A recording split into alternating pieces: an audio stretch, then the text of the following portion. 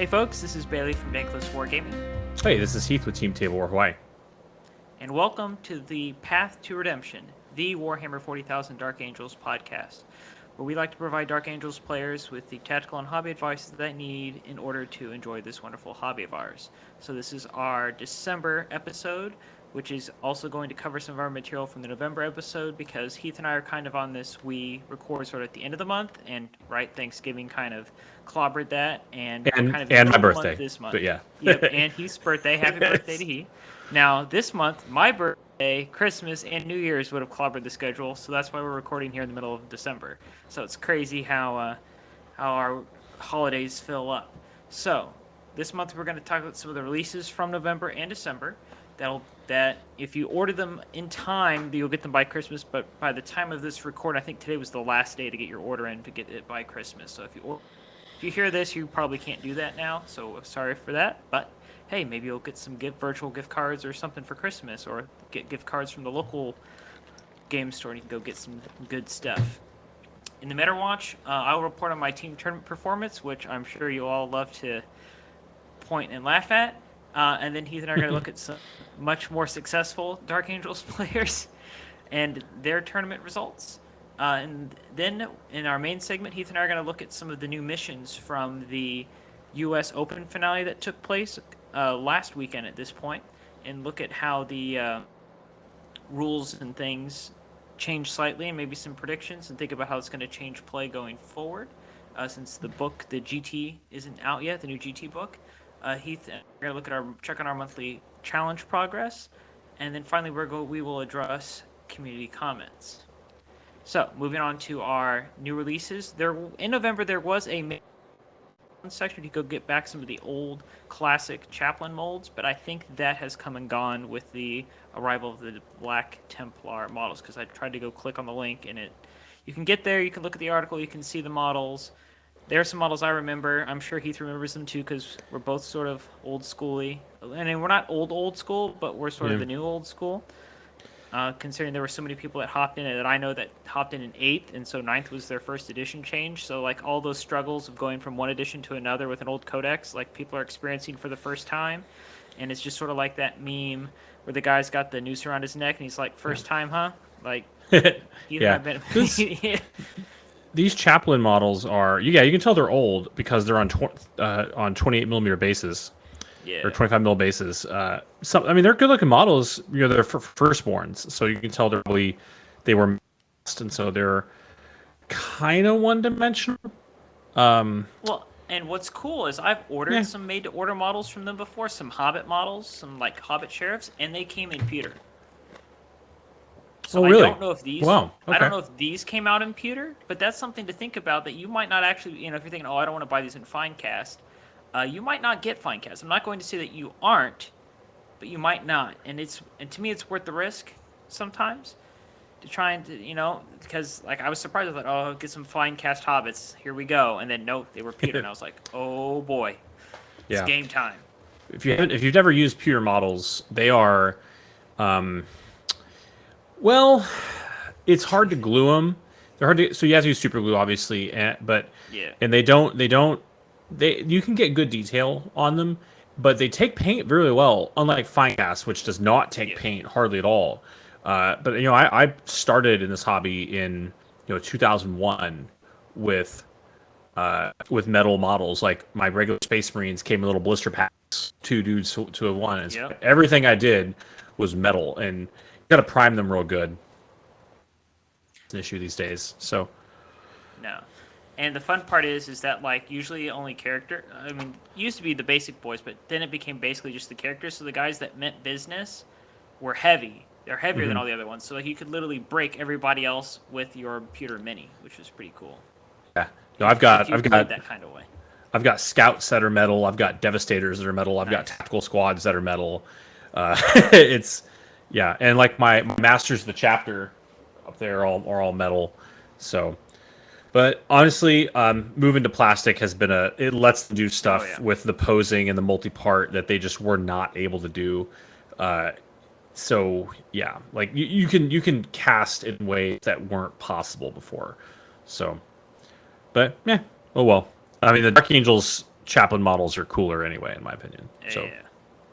they still have an old school firstborn chaplain in Terminator armor that's in the store today. Oh yeah, that guy's cool. Yeah, Chaplain Tarantus, I think. So do with that what you will, but he would make a good interrogator chaplain in Terminator armor.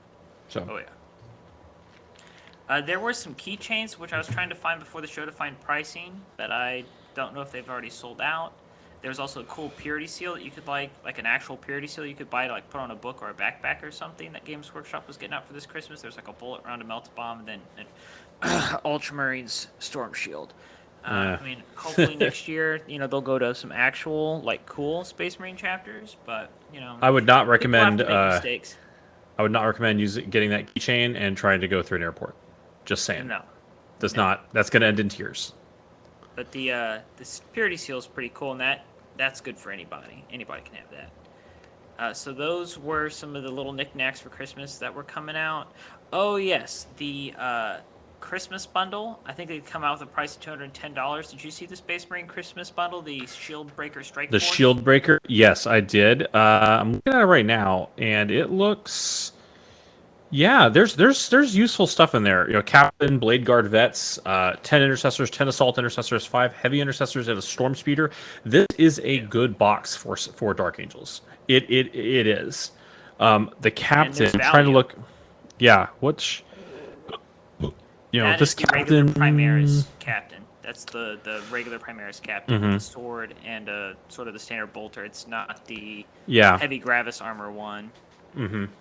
Or the one with the shield and sword. That Gravis captain, honestly, if you make him Deathwing, he can do some work because he comes with a mastercrafted power sword and a bolt rifle and Gravis armor, so he's toughness 5. Yeah, just saying. And he has this 4-up invuln because he has the Iron Halo. Mm-hmm. And he's in a circle. Mm-hmm. Ugh. Yep. So, yeah. Man. But these little storm speeders, I've got one. I haven't built it yet. I'm just in this crazy back of models. But I played against one. I think I mentioned last month. I played against one that was a Iron Hand, and they got a lot of firepower. They've got like flat 3 damage missiles, like Melta, and there's a lot. And yeah, no, they're not core. Nothing you can do about that. But they one of the variants hits on 2s, like Ballistic Skill 2. It's not the Melta one, I don't think. I think it's the Hail Strike, or no, it's just the expensive one. It's like the one with like the lasers, the laser destroyer. But yeah.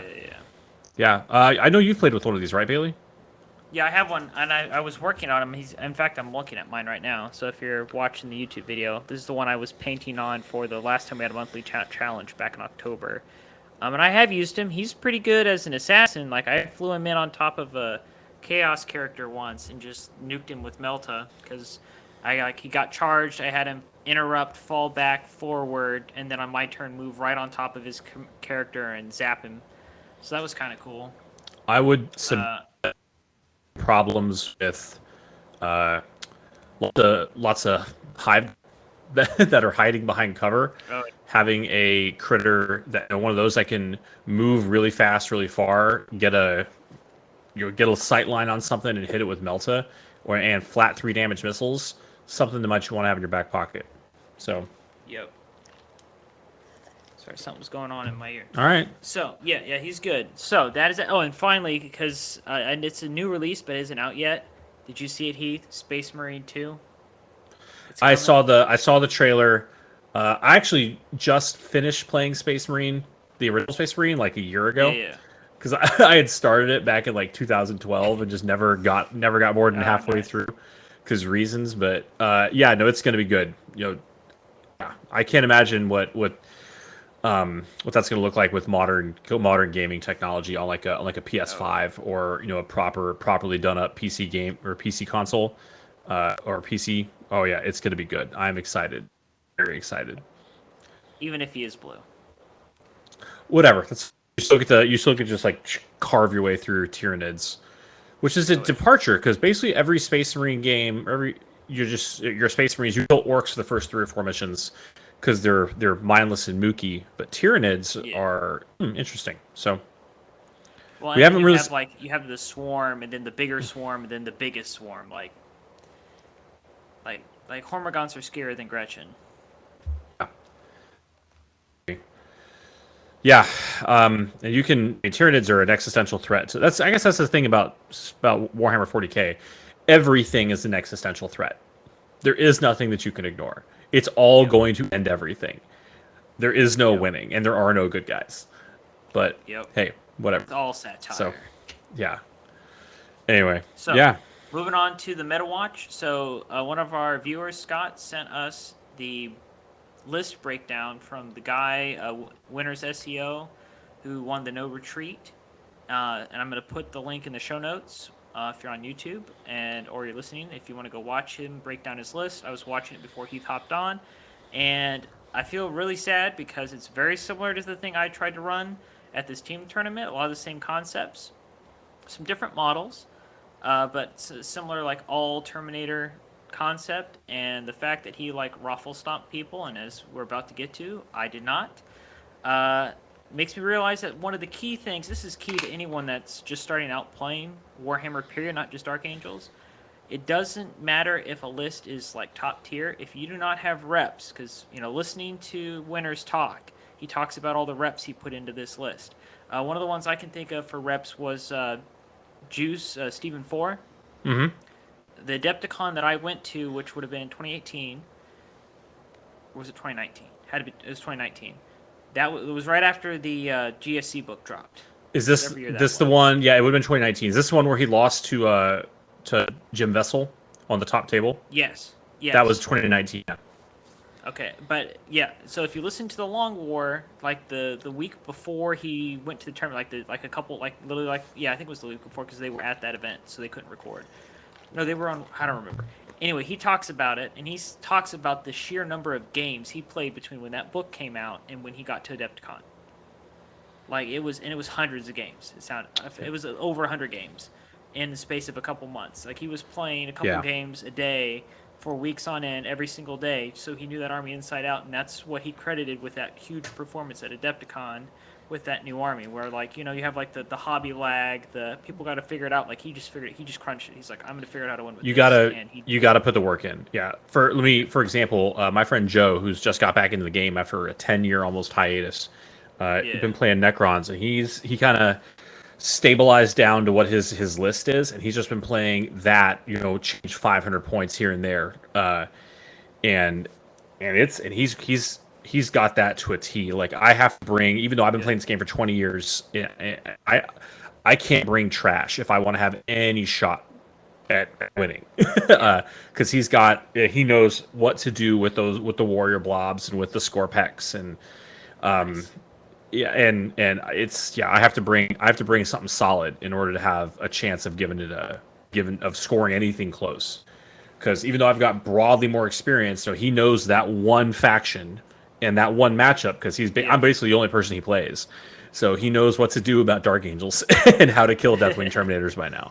So it turns out if you shoot him with a bunch of Strength 5 AP -2, AP -2 is like the perfect profile to kill Terminators. Yep. So yeah. Brains just in general. Mm-hmm. Yep. So if you want to see that, check the show notes. Thank you, Scott, for sending that in to us. It was very, very interesting, because I agreed with a lot of what he said and what his choices were, especially after going to the Circle City team event. So I was in this 4-person team event with my buddy Chris, that I talk about all the time, his brother Rich, and then Jim, who's one of the guys who goes to their store. Rich was on Drukar, Sisters. Chris had his Orcs list that was a bunch of Death Coptas. So he just seems to be on the cutting edge of everything. Everything he does, he plays it, and then a month later, Games Workshop finds a way to nerf it. Because there was a list before this he was playing, and then it got nerfed. So he's always sort of in that weird spot with Orcs, and then Jim was playing Guard, and I was playing Deathwing. And my idea was I was going to play the people no one else wanted to play, and just try and score a bunch of points and tank things. And that had some interesting results in a moment by moment. But across my 5 games, because it was a 2-day event, I played Chaos Demons, Greater Demon Soup, round 1. Sisters, round 2. This Chaos list, round 3, was Thousand Suns with a Magnus, and then some other, with a Lord of Change, I think, as well. Death Guard. And then finally, against my buddy Eddie Draper, who's one of the big guys for like Gen Con and Warhammer. He ran Gazgul and just as many boys as possible at 2K in his team list. And doesn't matter how much armor you have or how much transhuman, you cannot survive the dice of 30 boys. Yeah, that's how it works. Just weighted numbers. Same thing about with Drakari. Witches are gonna put out so much hits, so many shots, like so many attacks. It's not what Deathwing are for. I mean, like if it's -1, and you're on your Storm Shield, you're saving on 2s, you're still gonna lose a bunch of them. And if they're the Blood Brides that are -3 every time they roll a additional, then there's no. I've been on the other end of that where it's like, all right, and I'm gonna roll 50 dice, and every time I roll a 6, you can't save it, and all right, here's 10 unsavable and 20 or 30 regular wounds. It's like, all right, I'm just gonna pick the unit up. Yeah. So in all those games, I won a mighty 0-5. Ugh. So, but it's a team event, so that's not necessarily a bad thing. Because if you held your loss to a low point differential, then you can still potentially do what your team needs you to do. But yeah, we also finished dead last in the tournament standings, and I finished dead last overall with 40 players. Now, that being said, this tournament, it was in Indianapolis, and so in the team format, right, that's like Justin Curtis, Matt Root, Aaron Along, like some top-level Midwest players were at this event in this team thing. Like, they were, like, these are the dudes. Like, they go and run rampant over everybody at Chattanooga at the ATC every year when they have it. So, we didn't play them, so I can't use that as an excuse. Oh, I just lost to the only reason I lost because we played the top team 5 times. No, like we didn't even see them. But those guys were there, which made the fact that when it came to award time and I ended up getting an award for best sportsman, I thought that was pretty cool because there were such top players there, right? I like to associate, good play with good swordsmanship, right? These guys are up at the top of the, winning. The guy that was on the worst team and dead last got good sportsman, and part of that was just the fact I knew what I was there to do, and I was just looking at all the pretty models and trying to score as many points as possible. And I did have some moments. So, like my first game, Slaughter Change tried to come in and give my Deathwing Terminators on my backfield objective, like the Oogie Boogie, and he like rolled an 11 or something ridiculous, and I'm just like, I roll an 11 with my +1, that's a 12. Spell denied. That felt real good. Doesn't Ezekiel have a Psychic Hood? Yeah, that's what got it. That's what did it for me. Yeah, so is the Psychic Hood, all you have to do is, or is it +1, or is it still like now it's... +1. Okay. All right. Boom. It's +1. Get out of here. Get out of here with your bad self. Game 2 against the Sisters, Celestine tried to dive bomb my Terminator squad doing Stubborn Defiance, and they just whooped her. Just slaughtered her. And then the guy goes to roll his die. A 1. Does not get back up. Ugh. Yeah, I've never had Celestine not get back up against me. Just like I've never had Gilliman not get back up against me. So. And then in the game against the Death Guard, the other thing that was kind of cool is I actually got to use the second part of a version. I could actually, I cast it, and then the guy charged into the unit near Ezekiel. And -1 attack on him? Yeah, good. And it was one of those flesh mowers with the crazy attacks, so it actually mattered because it cut out some of his attacks. So that was pretty cool. Winning Best Sportsman was pretty cool because that one Brian guy from the previous tournament I got Best Sportsman at was also there. So beating him on that, I don't want to. It's Best Sportsman, but he's always the guy. So the fact that I must be doing something right if I've got it over him on 2 times in a row. Now the other note I put on for this event, this will be my last thing. We'll move on to some actual good Dark Angels play. I wrote on everything from day 1. Add Lazarus. Because holy cow, there are mortal wounds out there right now like crazy coming out of the demons. Magnus does not care about Terminators at all. He just walks up and goes, I'm going to cast Smite 3 times on or twice. I think it was twice. But then I'm going to cast something that's just like Smite. And then I'm going to targeted Super Smites. Yeah. He killed half my Terminators in 1 turn on my back objective. He just, it wasn't even that hard. He just walked over. I had him hidden, I thought, and he's just like, yeah, I'm going to move forward. I'm going to move again with Warp Time, and now I'm going to smite the heck out of you, and you die. Yeah. And I was like, holy cow, I need something more than a 6-up from my Apothecary, because this is not good. So I want to point out here, so Lazarus he's a Deathwing captain. which means so like just the regular Space Marine book, you can only have one captain per detachment. Correct. But Correct, and that's the problem, because who do you not bring? Do you not bring Ezreal? Do you not bring Samael, or do you run 3 detachments? That's the problem that I'm looking at. well, so it's not even that. You can only have one Deathwing or Ravenwing captain per army. So you don't get So there's only one Deathwing captain, which I don't know if I agree with, because Lazarus is the captain of 5th Company. So just because he's been inducted into the inner circle doesn't mean that he is like the first company captain. So okay, but if you need Azrael, and why wouldn't you? But you also need that 5-up Field of Pain. You could consider taking a chaplain, and because a chaplain 5-up Field of Pain litany. Okay. And you could always so you could put the Vox Espiritum on your chaplain. Oh yeah. Cast that, so now you have a 9-inch bubble of Feel No Pain against mortal wounds. Yeah, that of 5-up. Once again, it's not. It requires invoking. You have to do it. Unlike Lazarus, who just has it. Yeah. But that's a workaround. So yep, and I met Thomas Ogden in the flesh. Oh really? Yeah. So that was pretty cool. He was playing somebody's Ultramarines list. He was like filling in for somebody who couldn't make it, and he was playing Ultramarines, and he was really chill.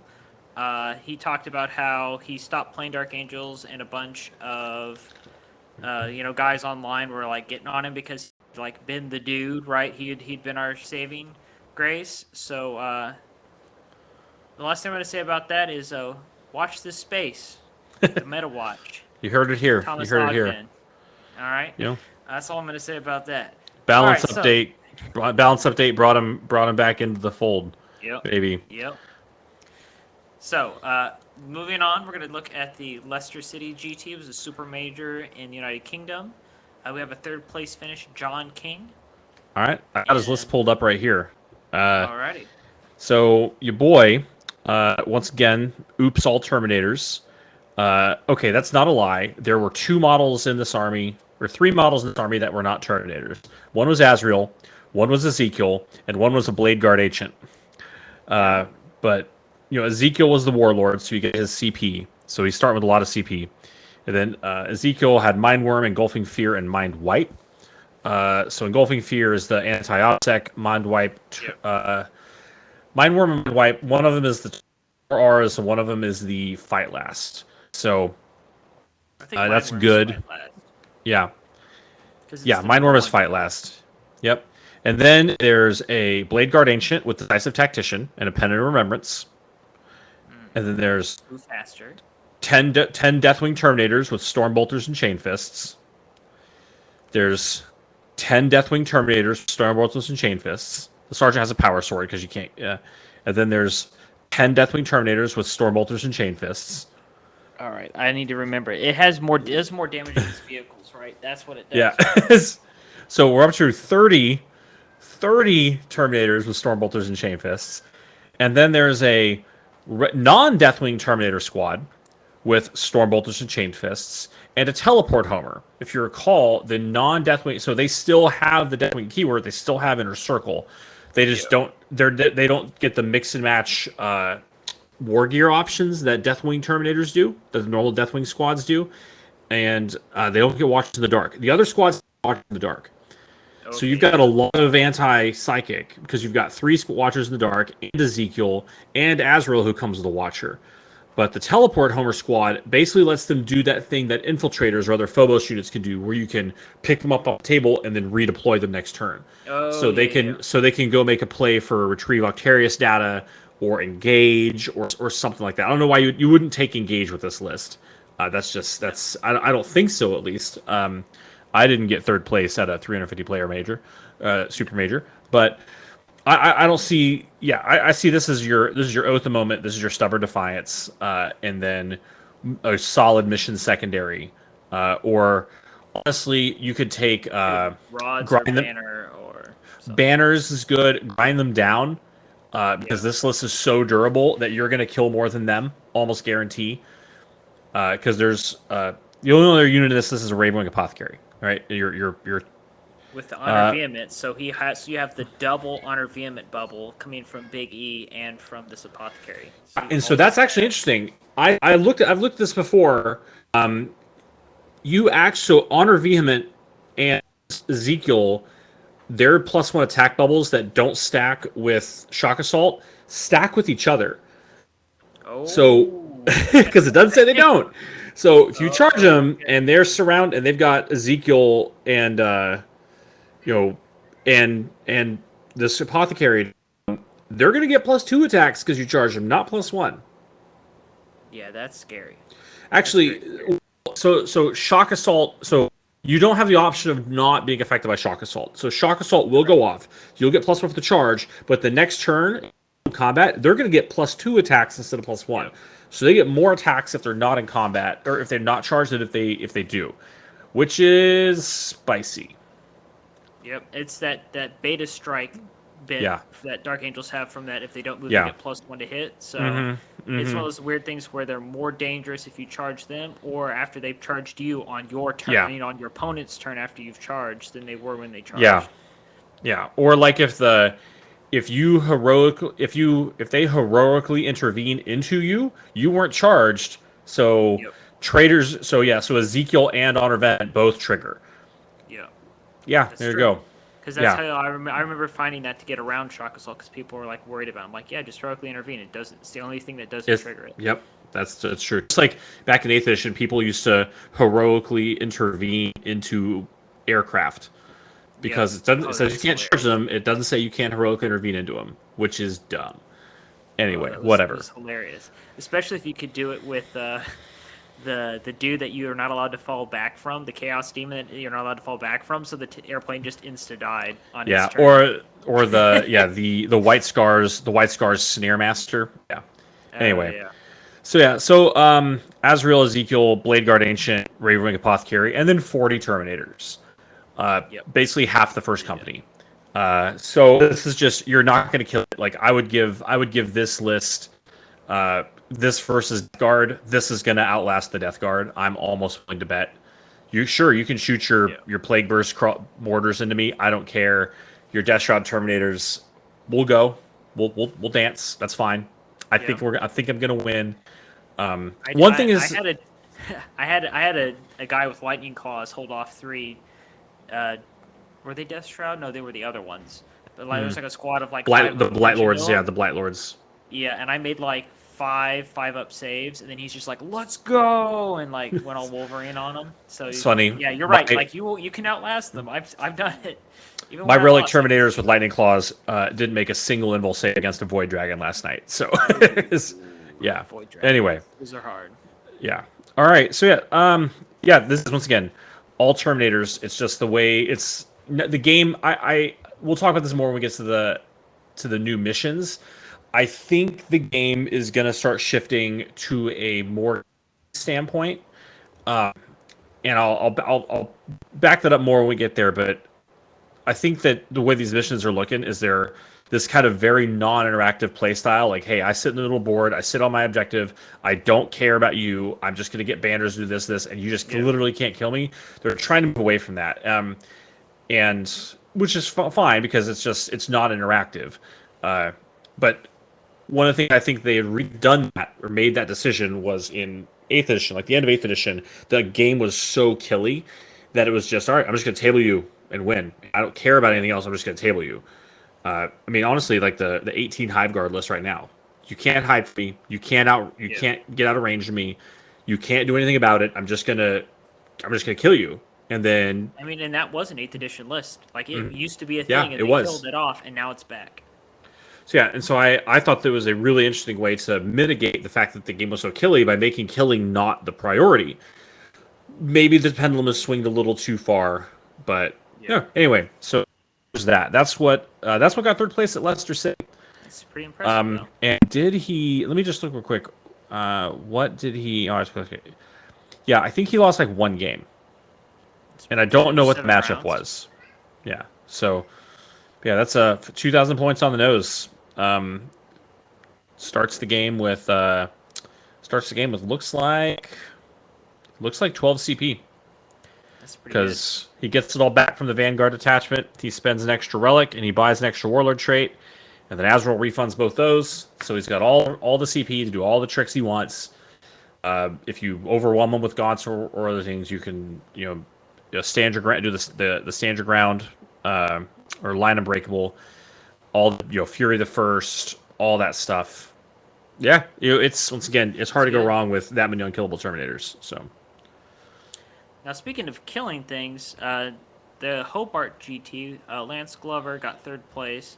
The description on Goonhammer describes this as an unusual and extremely shooty Dark Angels list that has Las Cannon Devastators, Las Fusel Eliminators, Assault Hellblasters, and then some Blade Guard. okay, And this is something I've been thinking about, so like, I'm glad to see someone tried this. So when I saw this in our show notes, I was like, interesting. I'm not going to look at it because I want to react to it for the first time. Because this is after my own heart. I'm a Green Wing player at heart. I've always I first started playing Dark Angels. It was back in like I said 2001, and I was roommates with 2 other guys at my first command in the military. And one of them played Deathwing, one of them played Ravenwing, and I played the rest of the chapter. And so I've just kind of like over the years conglomerated to everything else. But okay, so here we go. This is a couple of attachments. So the first attachment's a Spearhead, which is weird because that's the heavy support one. Yes, right? To get the Eliminators because they're heavy support. Okay, so HQ is a Phobos Librarian with Mindworm and Aversion and Lord of Deceit.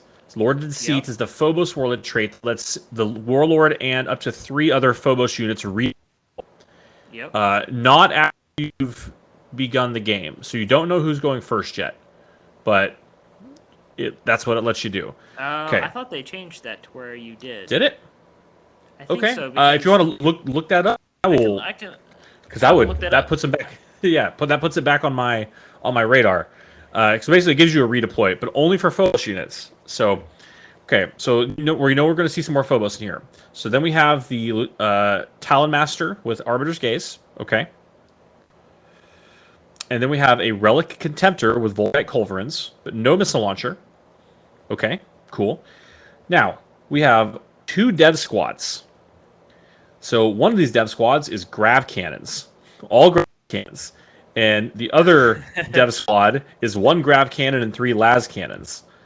So Grav Cannons, in case you don't remember the end of 8th edition, are heavy 4, strength 5, AP 3, I believe, and they get an extra point of damage. The thing they're shooting at is 3-up armor saver left. So they can put a lot of shots down range. The thing that made them really attractive in 8th edition was they had a stratagem called Gravitic Amplification that let them reroll all wounds. So they were just especially in Iron Hands. Iron Hand players would put one or 2 of these things in a drop pod, drop it in, first turn, they ignore the penalty for moving and shooting, and they reroll once to hit. So they shot everything, didn't miss, Grav Amplification, and just wrecked stuff. I've been thinking about it. I have some actually on my desk, like right here, like there, to build a Devastator squad out of them because I thought they might be interesting in a Crusade League I'm in. But okay, moving on. Yeah. So, you ready for your answer? Are you ready to be happy?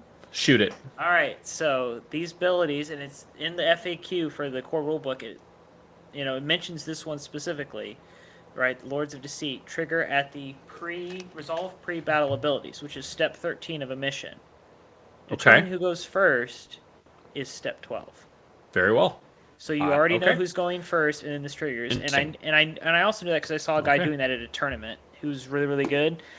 This Joe guy that I mentioned I played before, his Iron Hands list did this, and Joe is a very, by the book rules guy. So if he's doing something, I am like, okay, that's probably how that works, and it is how it works. So there you go.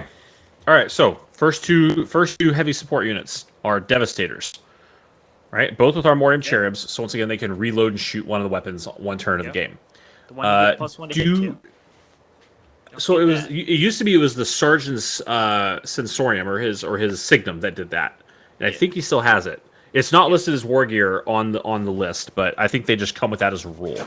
So yeah. Okay, so now we have 3 squads of Eliminators with Las Fusels.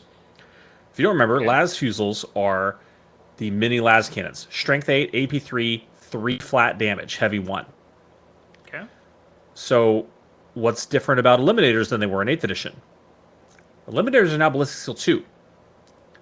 So, even if you move and shoot them, you're hitting on an acceptable number. So, you're hitting on 3s. If you stand still, you're hitting on 2s. Okay? With a plus if 1. if you're shooting at airplanes, you're still shooting into a plus 1. Dense cover, still shooting into a plus 1. So, that's actually pretty spicy. And they're not that expensive. I ran a couple squads of these when I was trying to do my Firewing list a few months ago, and you can get this unit for like under 100 points. So let's see what he actually says here. Yeah, 90 points. 90 points for 3 las fusils. And remember, these interact with the Phobos Librarian's Lord of Deceit. The Phobos Librarian, if you want... so he's taken on his Librarian Dark Angel powers. Some of the Phobos powers can actually be interesting in these situations. But all right, so 3 squads of 3 Eliminators, 2 Devastator squads, and then a 10-man unit of Hellblasters with Assault Plasma. Yeah. So that's a big chunky brick. You're gonna have a hard time keeping it safe because everyone's gonna see that and go, that needs to die. But if you're careful about your terrain, you can make it happen. I usually bring Azrael for that to give them the 4-up invul save. But honestly, if you're in cover, they're getting a 2-up armor. They're getting 2-up armor anyway. Yeah. So yeah. Okay. So now he has a Vanguard detachment, and it's a Deathwing Vanguard with Azrael. Mm-hmm. There you go. There you go. keep. All right. A squad of 4 Blade Guard veterans. Another squad of 4 Blade Guard veterans. Yeah. Deathwing Command Squad. Another Deathwing Command Squad. Each of which has a Thunderhammer and a Lightning Claw pair. So that's 2 models each. Go away. Yeah, and we'll talk about that. All right, and then we have a Ravenwing Champion with the Reliquary of the Repentant and a Plasma Talon. So that's not bad. Interesting. So yeah, so I'm curious. I would like to talk to him if we could and see how this plays, because once again, this is off meta. This is Green Wing firepower, and there's a lot of firepower here. So yeah, I'm interested to see how he uses the Devastator squads and how he uses the Eliminators. Eliminators can be really interesting for screening because they can deploy outside your deployment zone. They have camo cloaks, so they have a 1-up save and cover. And if you give the Sergeant, instead of a last fusel, Instigator bolt carbine, they can actually move after they shoot. Yep, which is very powerful. Because it gives you lots of options for objective play. So this is a cool list. And once again, and don't underestimate how hard those plasma plasma dude bros. I can't say the word. Hellblasters. That's it. They're gonna put now that orc buggies are kind of nerfed, and you don't have to worry about ramshackle. Assault Hellblasters are on the menu. So that's this is a cool list. I like it a lot. The only thing I might do here is I might get rid of the Plasma Talon on the Ravenwing Champion and put the Ravenwing grenade launcher instead, so that you can do the stick you in combat, you can't fall back stratagem. That's the only thing I think I would change.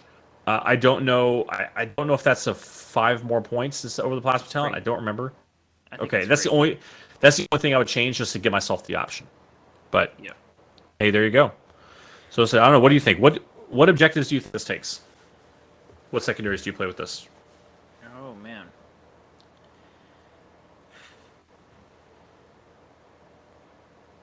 That is a good question.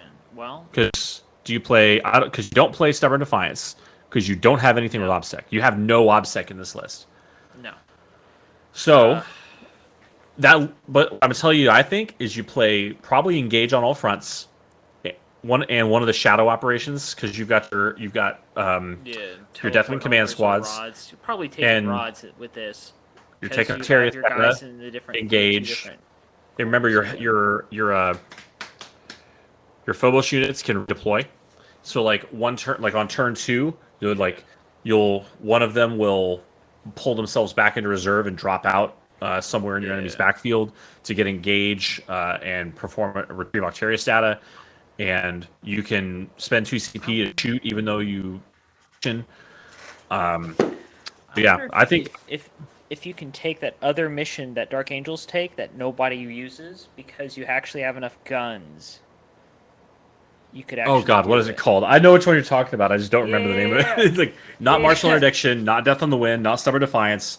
The other one, the other purge the enemy. Stubborn Defiance. Where is it? No, it's Martial Interdiction. Stubborn.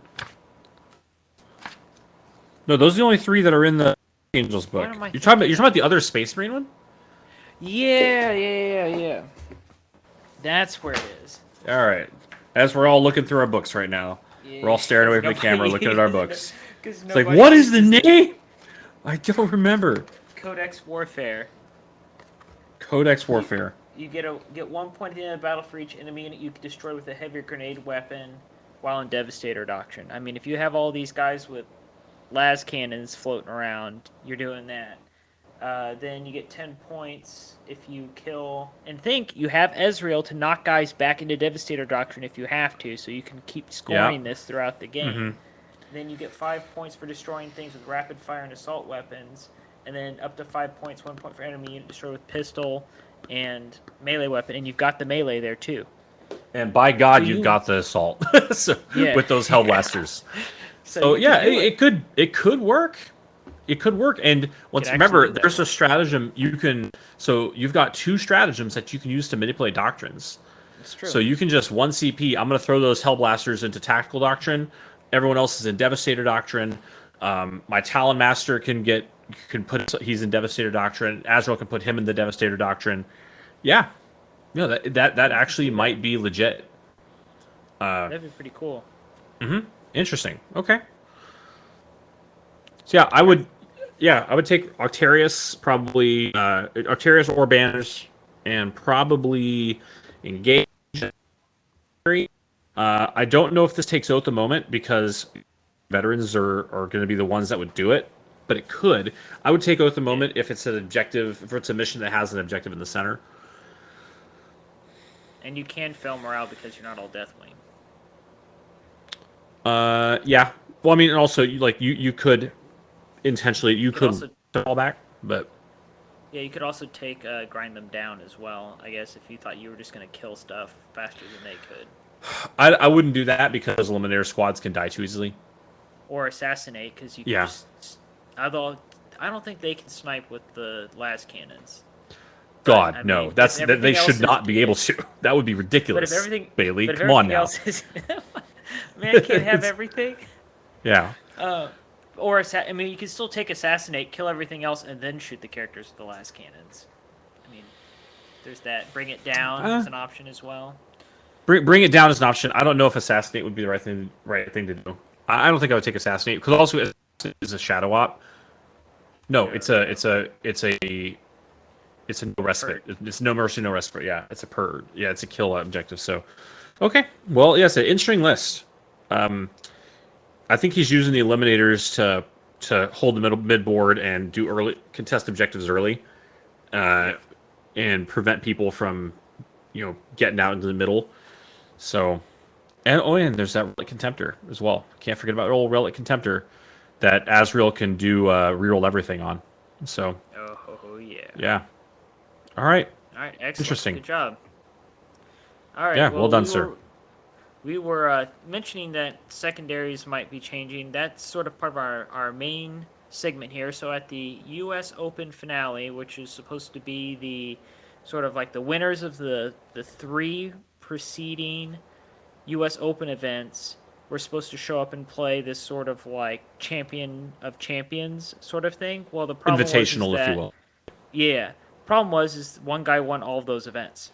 Siegler.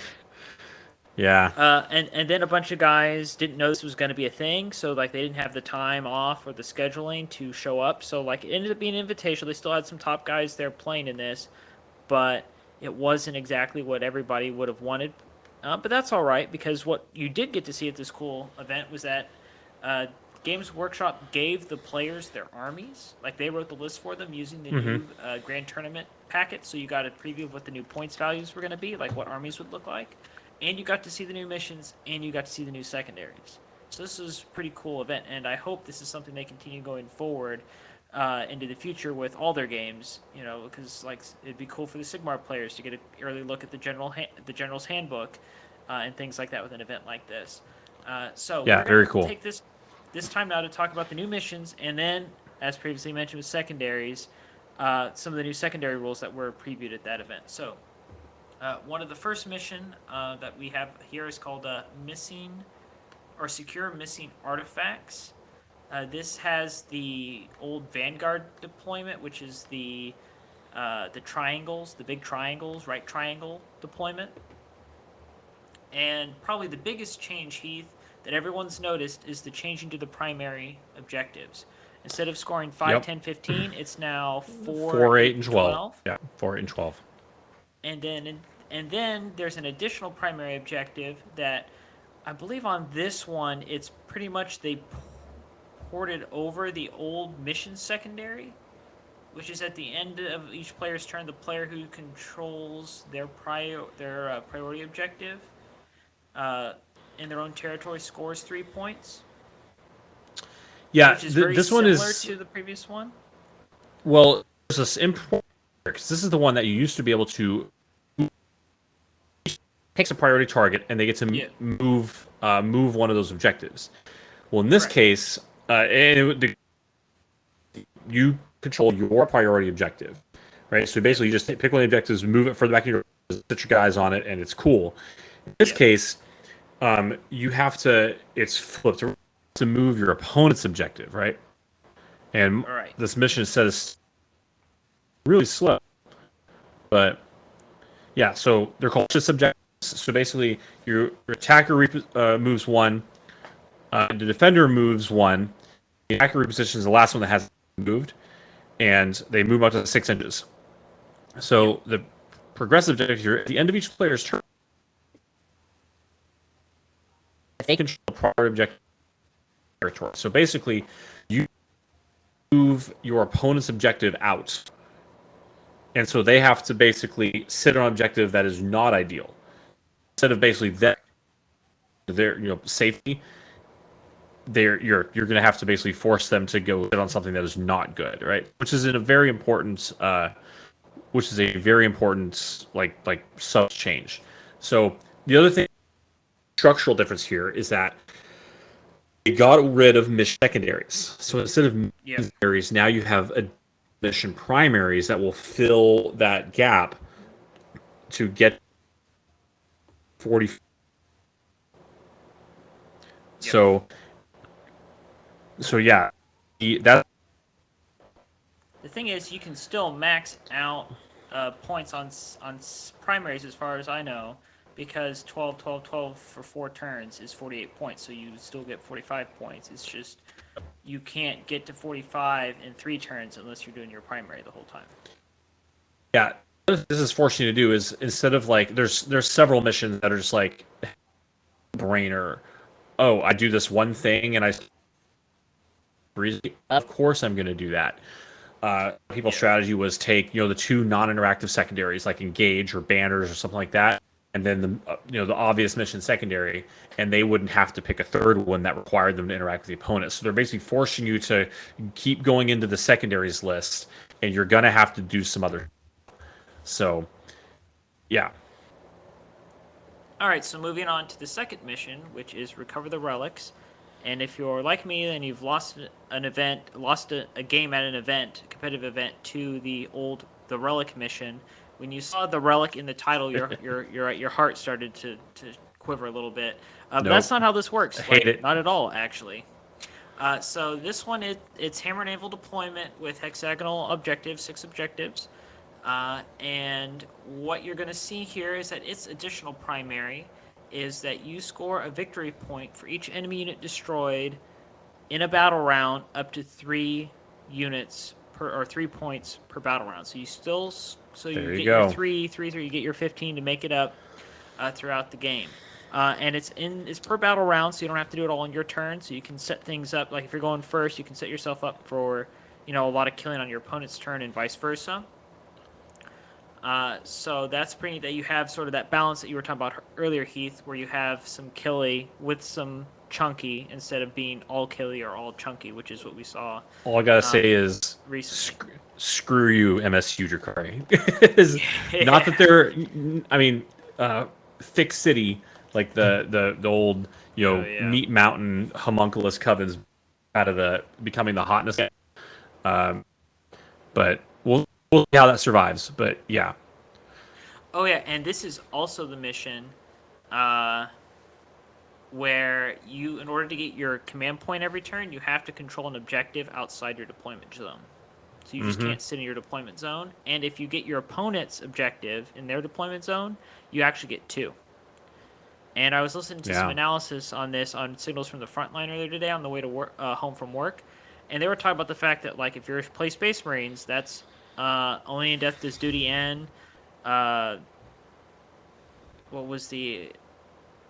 There are a couple other really interrupt, and then you have the shoot and still do an action. There are a lot of really high quality stratagems for Space Marines in the 2 command point slot. That if you have those 2 objectives, you get 2. You can just get it. You basically just get to do those. You just basically get to do that, which is great. So, yeah. So I like that. Again, it's forcing you to go out and engage your opponent, which you really need to do anyway because you need to stay on the primary. Primary is primary, and now you get rewarded for killing things in the primary. So Tau players rejoice. You can kill things and get primary points for it again. Isn't that wonderful? Not that anybody plays Tau these days. Whatever. So yeah. All right. Now thinking that, so those are the 2 missions that were previewed on the website. I unfortunately didn't get to see the event. I was very busy, so I didn't get. I just kind of been looking at analysis from the finale after it happened. But Goonhammer's has a very nice article where they go over all of the secondaries, what changed, which didn't. If you want to take a quick look at that, Heath, are you down with that? Yeah, let's take a look. I'm pulling it up right now. All right, so in Battlefield Supremacy, the only thing that changed is engage in all fronts. You get your 2 points for having, units in 3 table quarters, or 3 if you have units in every table quarter. But in order for the unit to count, it has to have at least 3 models, or be a vehicle, or be a monster. So you cannot have single model characters. You can't just drop. Down for it. Your Deathwing command squad with 2 models can't go into a table quarter and get more like your wound. Deathwing command squads can have 3. Can have 3. What this does is those Tyranids can't just take lictors. They can't just pop lictors up everywhere and go, "Hey, what's up?" So yeah, and you can't just like walk stuff off from the board edge, right? So this is good for Dark Angels because again, our bikes do it, right? Our Deathwing command squads do it. Our Phobos stuff does it. Our aircraft still count for engage on all fronts. They don't count for behind enemy lines, but they do count for engage on all fronts. So if you're, one of those mad lads running Ravenwing airplanes, you do you, man. You just need a monster now. That's something we don't have.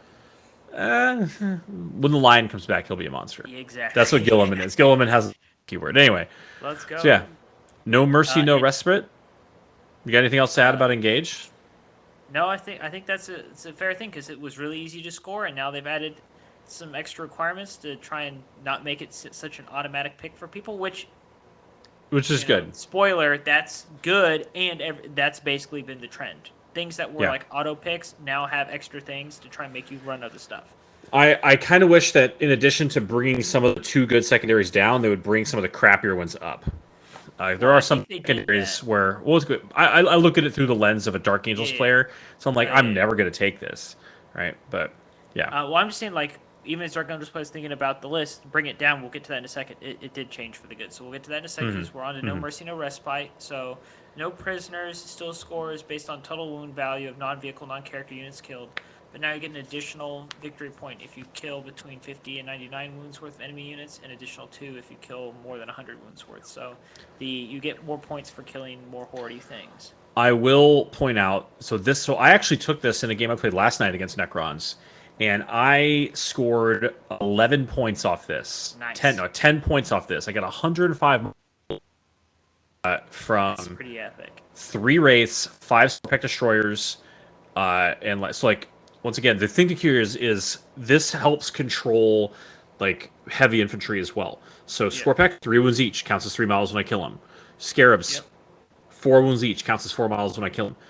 And against Necrons, this hoses Necrons. Because if you kill it, it counts as being killed. When they will be back, you can just kill them again, right? So you can just... I farmed 20 Necron warriors for like 30 kills.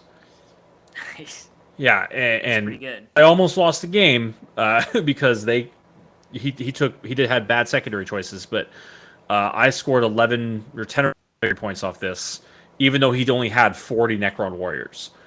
That's And pretty now this is just going to make it spicier, right? If you can get to 100 wounds, you score 12 points. Totally worth doing.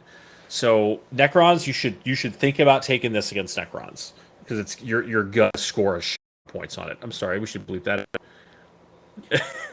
That's my Luckily, sailor. I know how to do it. That's my sailor. That's the sailor coming out of me. Anyway, You can take Heath out of the Navy. You can't take the Navy out of Heath. that's pretty much true. That's pretty much true. There's All another right. way of putting that. But Yeah. Yeah. oh, I can't say that on the microphone. Anyway, purge the enemy, bring it down. Did change, as I just mentioned. So now vehicles with 10 to 14 wounds count as 2 points. Okay, so anything less than 10 wounds, it's a monster or vehicle, is worth 1 point. Anything with 10 to 14 is now worth 2. So like a lot of the Space Marine vehicles are now worth 2.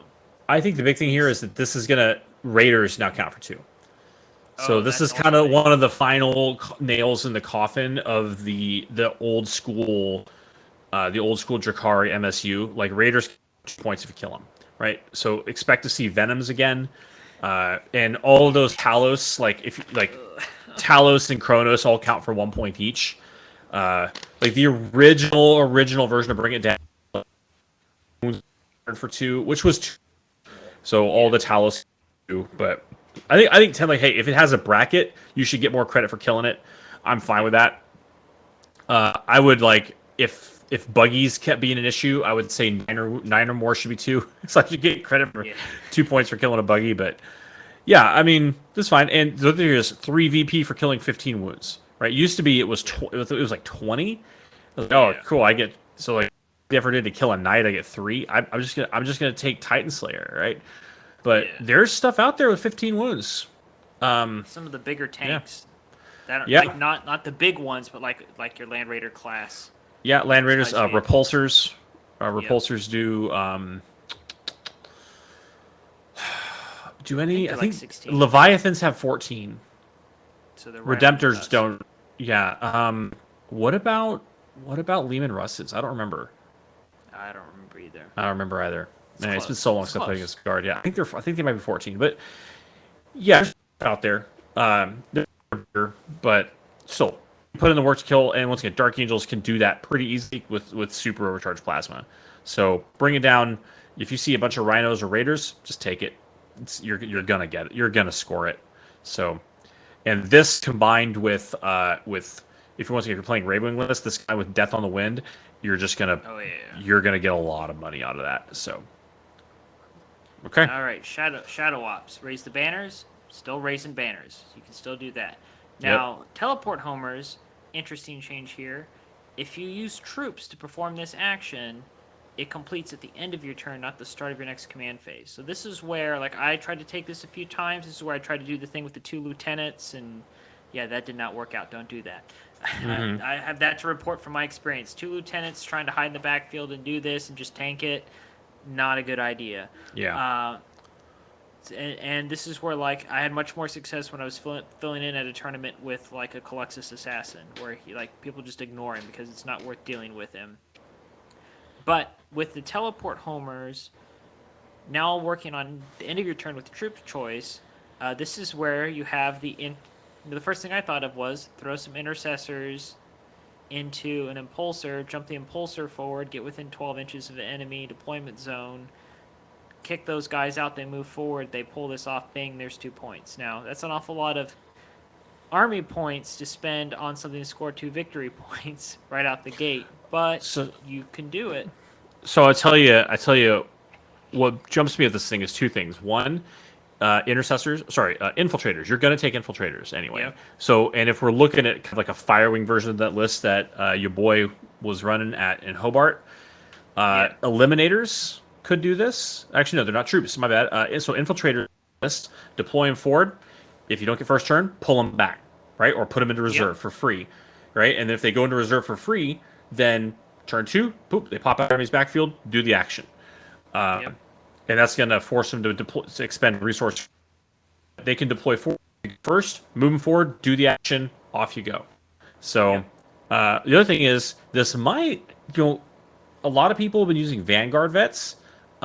This might make you look at actually like assault squads are fast. So, and Vanguard vets are elites. Vanguard vets are elites, yeah. So listen, the Impulsor, yeah, Drop pods with tactical marines. Drop pods with tactical marines. Like that's a legit argument. Like a tactical marine and a tactical marines and a Devastator squad drops into their deployment zone. It's going to be very dependent on what type of army you're looking at. Once again, some they have the small deployment zones. This is going to be a good choice, but like the deployment zones which are like deep, where they're hard to defend, or the slanty ones, this could be a good shot. That's worth it. So I don't know. Just think about it. I said I think a couple units of infiltrators that you've dedicated to doing this kind of like play could be worthwhile. Which in the next one, that's the big difference. So we got all the Octarius data. Now we need that Knockmoon data. Yep, retrieve the Knockmoon data, the R and D. So right when they thought they could get rid of our acronyms, we just go bring it right back. R and D. So the big change here is that you still score the similar. You do the action 3 times, you get up to 8 points. It's you do it 3 times, you get 8. 4 times you get 12. Yeah. So right. And you have to do each table quarter. You have to be so many inches away from another table quarter. So essentially from the center as well. And it can be attempted now by bikers and infantry. Huge. Which is very cool. Huge. And could not be done by bikers before. And characters can now do it. Yeah. Which they weren't able to do before. Now here's the kicker, Heath. When you go to do this, you have to roll a die. And if you roll equal to or less to the number of models in the unit, it goes off. So it's not an automatic, this just happens. Now you do get some help. If a troop choice tries to do it, then they get to subtract 1. So here we go. 5 tactical marines in a drop pod. Can't fail it. Yeah, can't fail it. Or, once again, they don't even have to be. They don't even have to be troop. They don't have to be infantry. Your Ravenwing bikers can do this. Yeah, 5 Ravenwing bikers. Right? They just zip. Hey, there we go. Pull it off. Right? You always want to get the heart, so they just zip forward. They deploy in their little, like nose to tail. They screen, and then they just sit there and get the Knockmoon data, and you're gonna have to fight them to get through them. So 5 of them is like 120 points. I like it. Yeah, it's not bad. I'm down for that. Not bad at all. Yeah, and then you're gonna have an infiltrator unit in your backfield, or your Deathwing, sitting on your back objective. They'll do it the next 2 turns, and then maybe you've got another infiltrator squad, like I said, that you put in reserve that can pop out in the 3rd one to do it. So yeah, so you're gonna see this be a viable option for Dark Angels. Yeah. The thing to consider here that often that I've been learning as I started playing more games, as we start to get back to, anyway, I don't want to curse it. COVID's a thing. Space Marines and Dark Angels especially have an action economy. So there's only so many things that can do actions, and when you do an action, remember, you can't shoot, you can't charge. If the character does it, they lose their auras. Yeah. You can't cast any other powers. You're done. So some mitigations for that is 2 CP. You can shoot with an infantry unit and still do an action. So your one thing you may want to consider, 6 Hellblasters in an Impulsor. Impulsor moves, jumps out, they jump onto an objective, or jump into the thing, they do an action, they spend 2 CP, they shoot. Yep. So that is, I'm because I like 6 Inceptors. Inceptors. I use Inceptors all the time. Inceptors drop in, do an action, shoot. So this is a thing now. Look into that, right? So I think, yeah, your 5 Ravenwing bikes moving forward, they're gonna just deploy as basically a screening unit. Yep. Get knocked at it, right? For You the can't cost re-roll of the 5 dice. Infiltrators. Yeah, 5. Yeah, for the cost of infiltrators, which you probably take any. Once again, infiltrators are a great thing to have on your backfield, so that no one drops in on your stubborn defiance objective. But yeah, Yeah, you can fail with the bikes, but it's a 1 in 6 chance. Right, so that's not too yes. No one's good. You could take 6 bikes, but I don't recommend it. I recommend 5 because bikes become more vulnerable because you don't want them to be vulnerable to blast. You don't want it to cost 3 CP to do their stratagems. bad. And Yeah. big template. I've run big squads like that, and the footprint of that squad is huge. So when you're trying to do things like this, it's kind of hard when they're all strung out because you can't get them more than 6 inches away. Yeah, I ran 10 Black Knights in the game last night, and it's a solid chunk of the board with those big oval bases like that. Yeah. You're probably not going to do this with Outriders. I'm a little so on Outriders, kind of, to be honest. It's a 50-50 shot It's on the die. shot like I've had Outriders do real good work for me, but for 150 points, I don't know. Anyway, they're obsec. That's cool. If you can get Righteous Repugnance off on them, so they reroll all hits and wounds, then they'll do some good work. Maybe you spend 1 CP because they're Primaris. They can, every time you roll a 6 to hit, it auto wounds, so you just generate a lot of reliability. But yeah, I mean, it depends what you're going up against. I wouldn't. Yeah, I would probably just take regular Ravenwing bikes, like units of 5 regular Ravenwing bikes. Cool. Anyway, that's what I have to say about that. Don't forget more than 6 inches across the board edge or the table quarter. So, thing that we can do now, right? I would probably budget I have 5 Ravenwing bikes in your army, so that you can get an initial screen, get a knock, have the option to do a knockman data. Once again, you do this 3 times. You've got a unit of Deathwing, unit of Infiltrators, a unit of bikes. You're going to get 3 of them. There's nothing they can do about that. Right? You're going to have 5 Terminators sitting in your backfield. Doing Stubborn Defiance. Turn 1, your bike forward, screen, get knockman data. Turn 2, your Terminators do it. Turn 3, your Infiltrators drop out in the enemy's backfield. They get it. Cool. 8 points. Yep, easy. Yep. All right, so the next one is Investigate Signal. And the big change here, this is the one where you have to be within 6 inches of the center of the battlefield, and no one else can be within 6 inches of the battlefield. And this is where having the I can do an action still shoot matters, because it used to be you couldn't start the action if there were enemies within 6 inches of the center of the table. But now you check for enemies at the end of the turn. Yeah. So you can shoot them. Get in there, do your action, do your shooting, and then they're all gone, and then you're fine. The thing to remember is you can't start an action if you're in combat, so you can't be locked in combat, start your action, shoot them with your pistols, and then chains chop them, because you can still fight in melee and do an action. Like if you get charged, you can't charge, but if you are charged and you're doing an action, you can defend yourself. But you can't be there.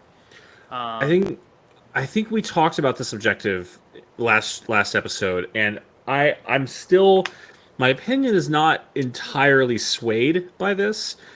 I still think it's subpar. It's not untakeable like it was before, but it's not. It's I mean, like if your army is built around, once again, hey, this 30 Terminator list.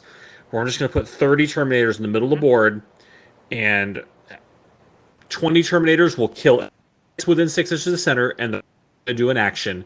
And I notice the moment I get this. Maybe then. Yeah. Once again, you could design an army around this, but you better have a backup plan, because it's not always going to work. That's all I got to say about that. Alrighty. And then moving on to the Warpcraft None of that changed. So that's all going to be the same. Yeah. You're not But really now that- you're not taking Warpcraft as a Dark Angel. I really don't think, like, unless you forgo Psychers for the Witch because you're worried about Grey Knights and Thousand Suns, which once again is a viable option to be scared of. Yeah. Um, but Or the fluff yeah. of Psychic Interrogation, which no longer requires line of sight. So I guess that changes. You don't have to have line of sight on the enemy, so you can go like probe people's minds with Ezekiel, which is very Dark Angel-y. But you're not going to do it because that means you're spending all of Ezekiel doing psychic actions, and that's a bad plan. Like, you bring Ezekiel to get +1 to cast and all your cool Dark Angel powers, not for... Like, so what you would do if you have Psychic Interrogation, like an Inquisitor, like a 50-point. Yeah. To do Warp Ritual or Which Psychic is Interrogation.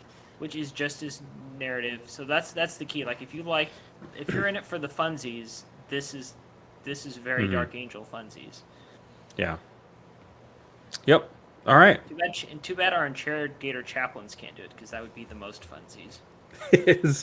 Yeah, I mean, they have, like, their mechanic is represented by, like, the fear mechanic. They have a fear mechanic, which is I don't know. I've been thinking a lot about chaplains. Like, I played a chaplain a couple of weeks ago, like a bike chaplain. He just absolutely failed me, so I'm a little sour on it. But I think that maybe, like, using the chaplain as a delivery vehicle for that relic that gives that +1 attack, that stacks everything. Yeah, That's probably what I should be doing yeah. instead.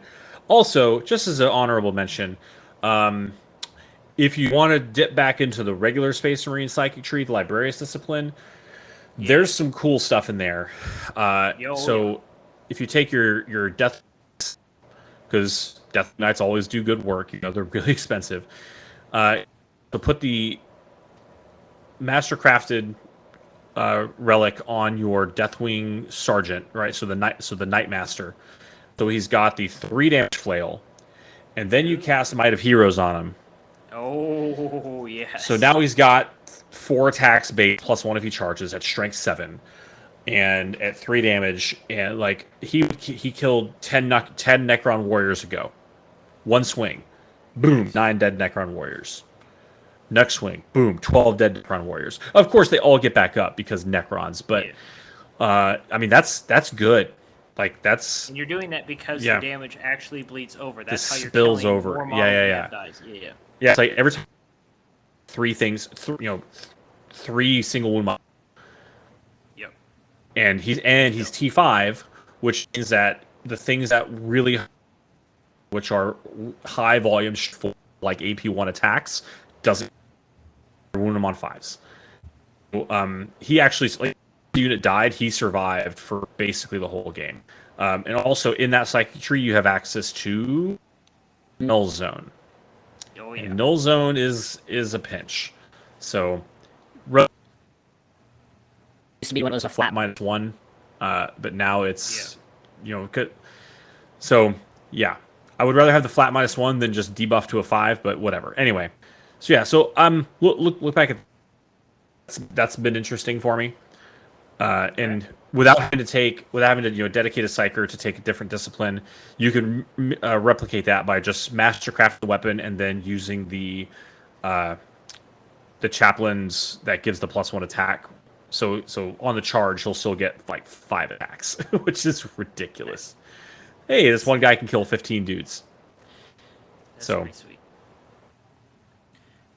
Alrighty, so that wraps up our featured main segment, looking at some of the new stuff coming out in the Grand Tournament 2022 mission pack. We are now moving from the main segment over to the monthly challenge, which this monthly challenge was to convert a Green Wing character, which I almost didn't do because I started working on my Raven Wing champion to do teleport homers.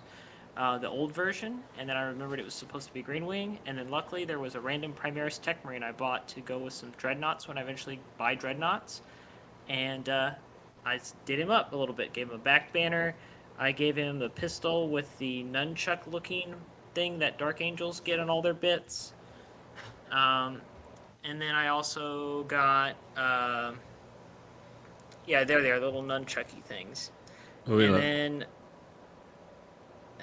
the winged back banner, like the more detailed back banner, and then I added a pouch that has a angel, like a dark angel, like a robed figure on the back of it. So nothing too crazy, because I actually just like this model. I think it's really cool. I Okay. went with the helmeted option because I don't like Space Marines that also look like they're Terminators, like Saracana Terminators. Because normal Terminators Hmm. cool, Saracana Terminators not so cool. I just play Necrons. Fair All right, enough. they're just Necrons that can look like people. Oh wait, those are flayed ones. um, so I got that. What about you, Heath? I failed. It's Oof. been a crazy week or a crazy month. A lot of crazy work stuff. No, I But yeah, understand. and yeah, I've got my office is a shambles. Like I'm recording on my laptop because my PC went down hard a couple Ooh. days ago, and is beyond my meager skill to fix. So anyway, but no, my plan was, and I will hold up. I bought the Black Templar Emperor Champions, Ooh, ooh, uh, ooh, yeah. and where'd they go? Anyway, they're holding up the Black Templar Swordman. So the plan, the old Azrael model, like the whatever one, where he's like got sword up with his right hand. The stance of the Yeah. Emperor's Champion mirrors that almost perfectly. So that's the Oh yeah, conversion he I'm does. planning on doing. Um, Nice. you know, I built the guy sword on him. You know, as I usually did, I overthink it, and I was like, well, one of these like gets in this box. So do I want to like try and make some molds of it and like, like so I can make some copies of it before I did this? And I got into my head too far. And so yep, don't count. Uh, but I did also buy that's a Sword Brother box.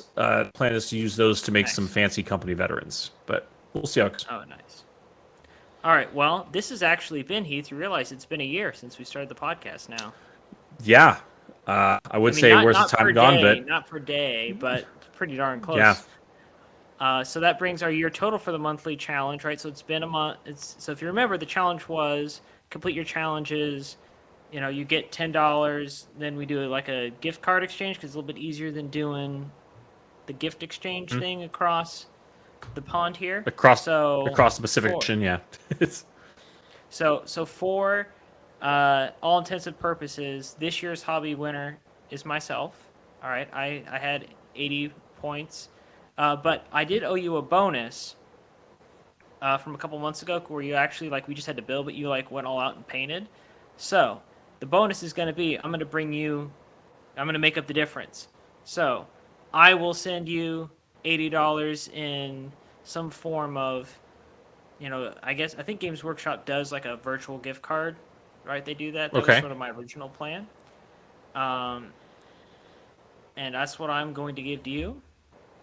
And hopefully that will be reciprocated because those were the terms of the agreement. But hey, Was you got to there's the keep getting it agreement. fixed. So, I owe you. Well, again, that's fine.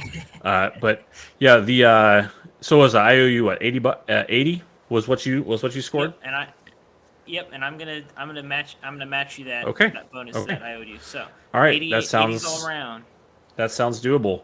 So I propose that this coming month's hobby challenge we resolve the year's hobby challenge because I'm going to be traveling to the mainland for Christmas and I'm not going to have time to do nothing. Okay, So yeah, that's fair. yeah. So we'll start it back up again in January whenever we No decide to worries. do that. Alrighty, that works for me. Sounds like a plan. Uh, all right, so moving on to our community interactions, we had a first-time poster, I believe, and Anders Pearson on YouTube. He said, "Great vid, like the tournament recaps. Nice to get a feel for how different strategies and units played out." All right, thank you for that. Yep, and that's one of the reasons why Heath and I wanted to do this was to do that. And I'm glad that message is getting through. All right, our second commenter is Scott Stubb, who's a longtime commenter, great guy. He's the one that sent us the video earlier. He says, "Pure Deathwing seems to be the most appropriate tournament list. I liked your description of the Strike Master. Going to go build one myself. Well, I'm glad I described him so well. I did not make him perform the way I wish I had. Hopefully, Scott, you do a better job than me. Now, I do remember we did mention something about giving something away. We only had 2 comments really this month from 2 people, so I'm gonna and you're gonna be traveling, and it might be hard to get stuff in the mail with all this crazy. So I'm gonna extend that another month. Let's But wait I'm one gonna more tell month. you, I'm gonna tell you what's up for grabs though. I got my Master in Gravis armor, and I will send you the specialty base with the Necron dude, which you don't necessarily need from the Indominus box, and even probably the most valuable, I'll send you this like hooded head guy. Like I got a hooded head bit, so you can like make a robed, fully robed dude crushing Necrons or whatever you want on this base. Or if you want to try and do some Outrider conversions, I have 2 Outriders I can send Oh, individually. So, because like I okay. made my own Primaris Outrider dude, Chaplain, because I was tired of waiting on the model. So like I have 2 other ones I have nothing to do with. So if you want one of those to do your own conversions, Interesting. like I have on my website, Dank's Wargaming, you can look at it there. Well, we're gonna move on because he's having some internet trouble. So we're gonna wrap this up here with the outro. So thank you all for listening to this month's episode of the Path to Redemption, the Warhammer 40,000 Dark Angels podcast. Our next episode will come out in January. Please subscribe, like, and comment below if you're watching us on YouTube or if you're listening to us on your preferred podcasting service. Last but not least, we'd like to thank Purple Planet for the use of their music. Until next time, I'm Bailey from Dankless Wargaming. Heath with Table War Hawaii. Stay loyal, Angels.